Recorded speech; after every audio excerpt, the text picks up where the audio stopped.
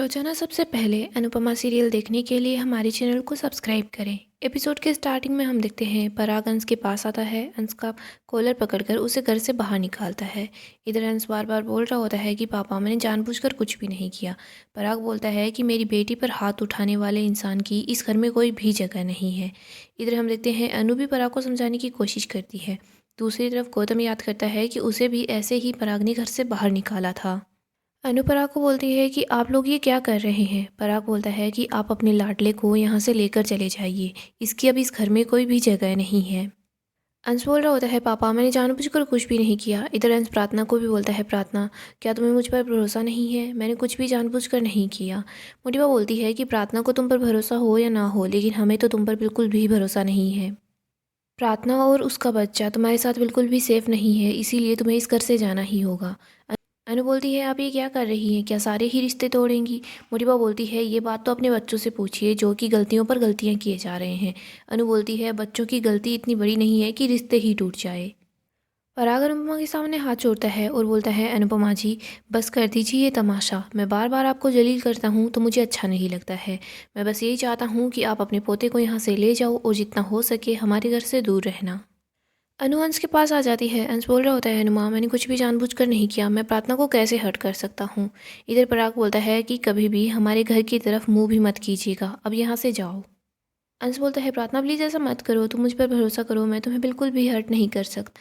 इधर हम देखते हैं अनु देखती है कि गौतम तो काफ़ी ज़्यादा खुश है। दूसरी तरफ पराग बार बार बोल रहा होता है कि यहाँ से जाओ। अनुपमा अंश को वहाँ से ले आती है। आगे हम सा हाउस का सीन देखते हैं। अनु और अंश को साथ देखकर सभी लोग काफ़ी हैरान हो जाते हैं। बा बोलती है कि सब कुछ खराब हो गया, एक तो ये तोशु और परी बिना कुछ सोचे समझे वहाँ चले गए और सब कुछ बर्बाद कर दिया। अब ये अंश भी यहाँ वापस आ गया। इधर तोशु बोलता है कि बा कुछ भी खराब नहीं हुआ है, हम भी उन 6 लोगों के साथ कोई भी रिश्ता नहीं रखेंगे। तोशु बोलता है परी अब उस घर में कभी भी कदम नहीं रखेगी। इसके बाद तोशु अंश के पास आता है। अंश को बोलता है कि परी तो उस घर में नहीं जाएगी और प्रार्थना को हम समझा बुझा कर यहाँ वापस ले आएंगे। उन लोगों का घमंड तो हम लोग तोड़ेंगे। अनु को गुस्सा आता है और वो तोशु को थप्पड़ लगा देती है। अनु तोशु को बोलती है कि तोशु जो कुछ भी होता है ना काम, उसे अकल से किया जाता है, लेकिन तेरे पास तो बिल्कुल भी अकल नहीं है। तुझे अपनी बेटी को समझाना चाहिए था, लेकिन नहीं, तू तो उसे अपने साथ ले गया और वहाँ पर इतना बड़ा तमाशा कर दिया। अनु परी के पास आती है और बोलती है परी तुझे क्या लगता है वहाँ पर जाकर चीखने चिल्लाने से, उन लोगों को डराने धमकाने से सब कुछ ठीक हो जाएगा। अनु बोलती है वाह बापूजी, आजकल के बच्चों ने डर और ट्रॉमा को ऐसी ढाल बना ली है, क्या ही बताऊँ। यही बोलेंगे कि मैंने तो चीखने चिल्लाने से पहले कुछ सोचा ही नहीं, मैं दर्द में थी। ये लोग विक्टिम कार्ड प्ले करते हैं। एक तो इनको करियर बनाने से पहले शादी करनी होती है, पहले करियर बना लेती, इसके बाद ही अपनी शादी कर लेती, और शादी के 2-4 दिन बाद ही सुई बन जाते हैं, जो किसी चीज़ को जोड़ती नहीं है, बस चुभती रहती है। अगर कोई प्रॉब्लम होती है तो उसके बारे में सोचना चाहिए, समझना चाहिए, एक दूसरे से बात करनी चाहिए। बचपन से यही तो सिखाया है ना। अरे तलाक कोई मेडल नहीं है जो ले लिया जो उपलब्धि मिल जाएगी। जब रिश्ते में कुछ नहीं होता है ना, तब जाकर तलाक लिया जाता है। तुझे ये बात क्यों नहीं समझ आ रही परी? तूने फ़ोटो ही तो देखी थी, पहले राजा से बात करती, क्या तुझे राजा पर थोड़ा भी भरोसा नहीं था?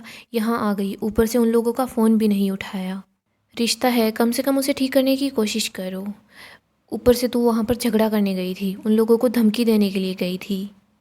अनुपरी के ईयरफ़ोन को देखती है, वो बोलती है ये देख तेरे ईयरफ़ोन, तू इनको रोज़ इस्तेमाल करती है ना, ये हर रोज़ उलझ जाते हैं, लेकिन तू इन्हें फिर से सुलझा लेती है, बैग में रखती है, निकालती है तो फिर से उलझ जाते हैं, लेकिन तू इन्हें बार बार सुलझाती रहती है।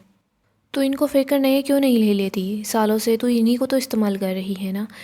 तो तब क्यों नहीं सोचती कि इन ईयरफ़ोन को फेंक देती हूँ, नए ईयरफ़ोन ले आती हूँ। यही क्यों सोचती है कि बस इनको सुलझाती ही रहूँ। इन बेकार चीज़ों को सुलझाने की कोशिश करते हैं, लेकिन हम रिश्तों को कभी नहीं सुलझाते।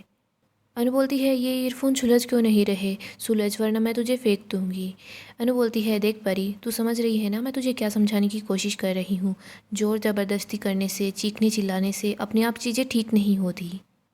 इनको तू हल्के हाथ से प्यार से सुलझाएगी ना तो सुलझ जाएंगे।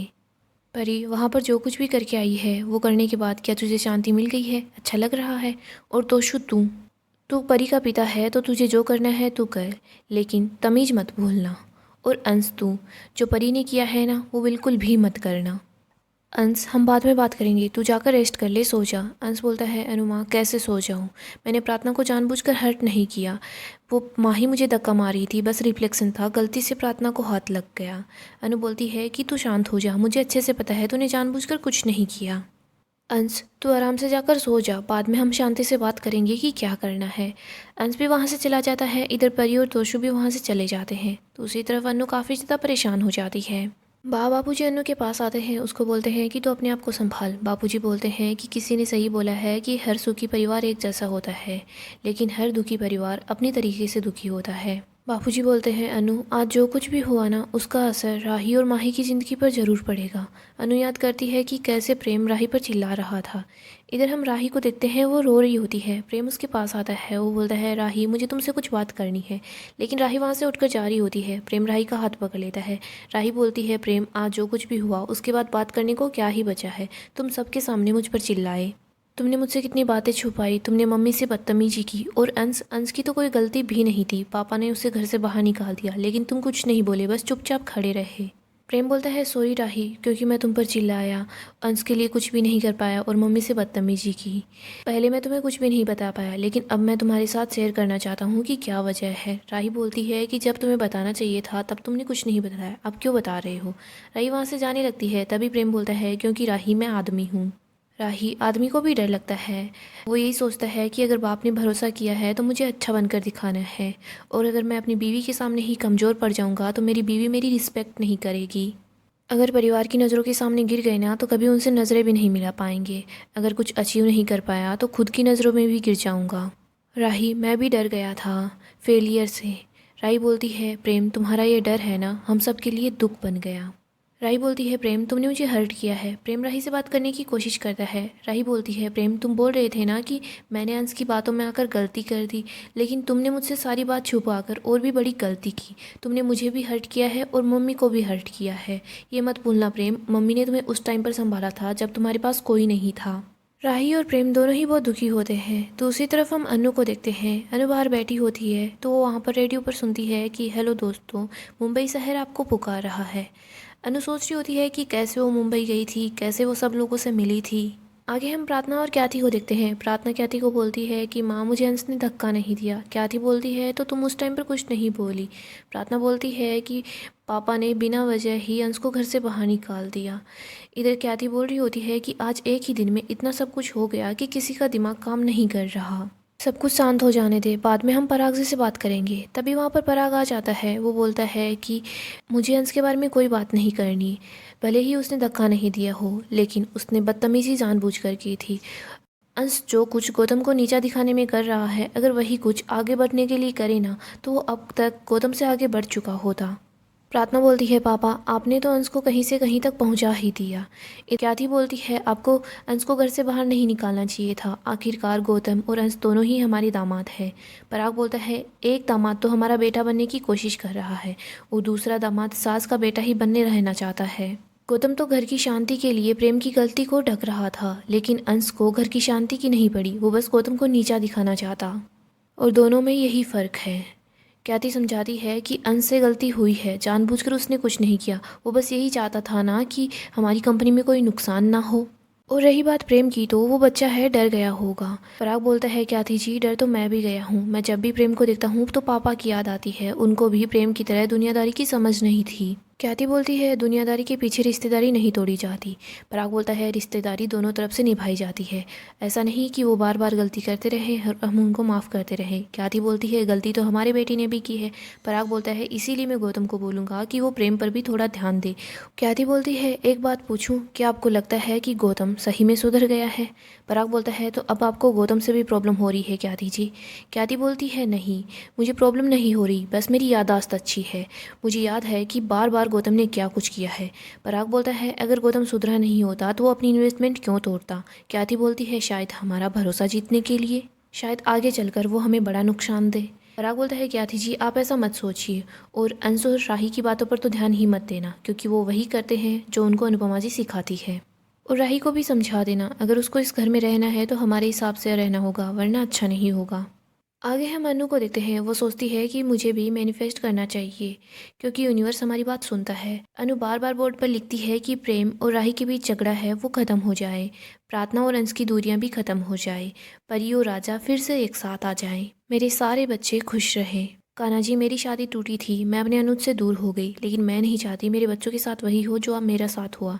इधर हम देखते हैं इशू भी वहाँ पर आ जाती है। वो बोर्ड पर लिखती है कि दोनों फैमिलीज के बीच की दूरियां खत्म हो जाए, राजा और परी दोनों साथ रहें, अंश और प्रार्थना की मिसअंडरस्टैंडिंग क्लियर हो जाए। इशू बोलती है अनुमा सब ठीक हो जाएगा ना? अनु बोलती है हाँ। अगर ठीक चीज़ खराब हो जाती है तो खराब चीज़ें भी तो ठीक हो जाती है। रात भले ही कितनी ही काली क्यों ना हो, लेकिन रात के बाद सवेरा तो आता ही है। अंश भी वहाँ आता है। वो बोलता है मेरी फैमिली कंप्लीट हो जाए। वो बोलता है अनुमा मैं अपने मम्मी पापा को खो चुका हूँ लेकिन अपने प्यार को नहीं खोना चाहता। अंश अनु को गले लगा लेता है। तभी अनु के पास राही का कॉल आता है। अंश बोलता है अनुमा राही से पूछिए ना, वो ठीक तो है ना? मेरी वजह से उसे कुछ सुनना तो नहीं पड़ा। अनु बोलती है राही तो ठीक है ना? राही बोलती है मम्मी मुझे पता है आपको मेरी चिंता हो रही थी, लेकिन आप फिक्र मत करो, मैं बिल्कुल ठीक हूँ। राही बोलती है मम्मी मुझे आपके लिए फ़िक्र हो रही है, कहाँ आप मुंबई जा रही थी और कहाँ आप इन झमेलों में फंस गई। अनु बोलती है राही ज़िंदगी है, जहाँ ले जाती है वहीं जाना पड़ता है। राही बोलती है मम्मी मैं और प्रेम अपनी तरफ से पूरी कोशिश कर रहे हैं, आप अंश को बोलना कि मैं पापा से बात करूंगी और परी को बोलना कि वो भी टेंशन ना ले। इधर राही देखती है कि प्रेम तो सोफे पर ही सो रहा है। तो उसी तरफ हम अनु को देखते हैं। वो सोचती है कि उस दिन मुंबई चली जाती तो कितना अच्छा होता, पता नहीं कब जा पाऊंगी। इसके बाद अनु बोर्ड पर लिख देती है कि मैं मुंबई जाऊंगी। गाइस डेली अपडेट के लिए आप हमारे चैनल को सब्सक्राइब करें, साथ ही साथ वीडियो को भी लाइक कर दें। आने वाला एपिसोड काफ़ी ही ज़्यादा धमाकेदार होने वाला है। आने वाले एपिसोड में हम देखेंगे अनुपमा के लिए कुरियर आता है। इधर प्रेम और राही ये लोग भी साख हाउस पहुंच जाते हैं। प्रेम अनु से माफ़ी मांगता है। अनु बोलती है कि मुझे पता है तुम गुस्से में थे, इसी वजह से तुम वो सब कुछ बोल गए।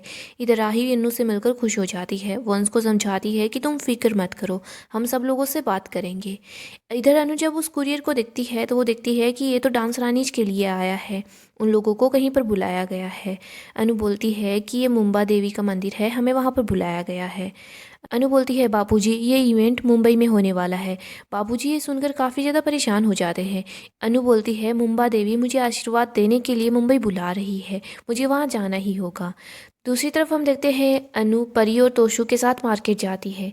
यहाँ पर राजा को परी किसी लड़की के साथ देखती है। राजा उसको कुछ बता रहा होता है।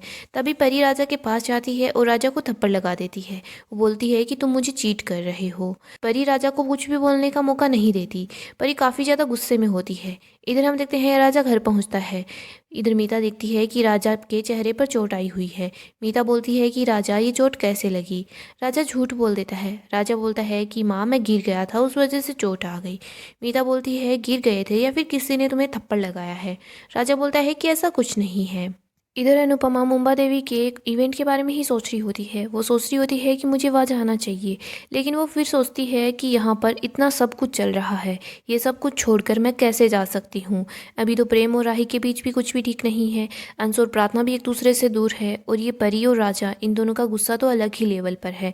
मुझे परी को और ठीक से समझाना होगा। इधर परी ईशानी पर ही भड़क जाती है। ईशानी बोलती है कि परी मैं चाहती हूँ तुम और राजा साथ आ जाओ, लेकिन परी बोलती है कि तुझे राजा की बड़ी साइड लेनी होती है। परी ईशानी पर बहुत ज़्यादा गुस्सा करती है। परी बोलती है कि तू चुप रहे और मुझसे दूर ही रहना, वरना मुझसे बुरा कोई नहीं होगा। सो दोस्तों, अगर आपको डेली ही अपडेट जानना पसंद है तो आप हमारे चैनल को सब्सक्राइब कर लें और वीडियो को भी लाइक कर दें ताकि आपको अपडेट मिलती रहे।